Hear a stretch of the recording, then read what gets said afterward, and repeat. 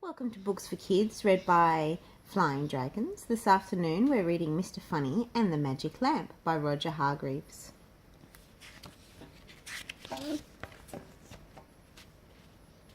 Mr. Funny lives in a teapot house. How ridiculous, I hear you say. But it suited Mr. Funny right down to its spout. Now, one day last spring, Mr. Funny discovered an old trunk in his attic, which is under the lid. And in the trunk he found a carpet that gave him a surprise. For it was a magic carpet, a magic flying carpet. Mr. Funny was very excited. There and then he decided to go on a trip to see where the magic carpet would take him. So that spring morning he set off on an adventure.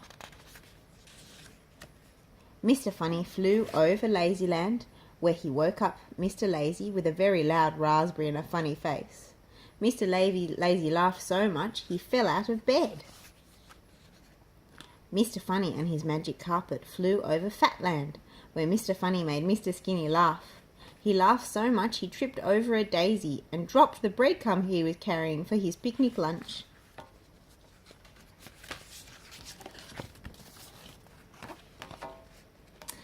And they flew over Coldland, where Mr. Funny made Mr. Sneeze laugh. He laughed so much that he stopped sneezing. The magic carpet flew on and on. They flew over mountains and valleys and over the sea. Finally, they arrived in a desert. But there was nobody there, nobody to laugh at Mr. Funny's funny faces. Then, just as he was about to leave, Mr. Funny saw something half buried in the sand. It was a lamp. What a grubby old lamp, he said to himself, and he gave it a rub. Suddenly, with a clap of thunder and a cloud of smoke, a genie appeared in front of Mr. Funny. Which was all very exciting, but what Mr. Funny noticed most of all was how miserable the genie looked. Mr. Funny had never seen anyone look so unhappy. "Master," said the genie glumly, "I am the genie of the lamp, and I will appear before you to grant 3 wishes." So the genie, surprised Mr. Funny, pulled one of his famous funny faces. But the genie did not laugh. He did not chuckle. He did not even smile. Not a flicker. "Oh dear," said Mr. Funny. It was going to take a bit more than a funny face to cheer up this genie. And then he had a thought. "For my first wish, I wish for a piano-playing elephant."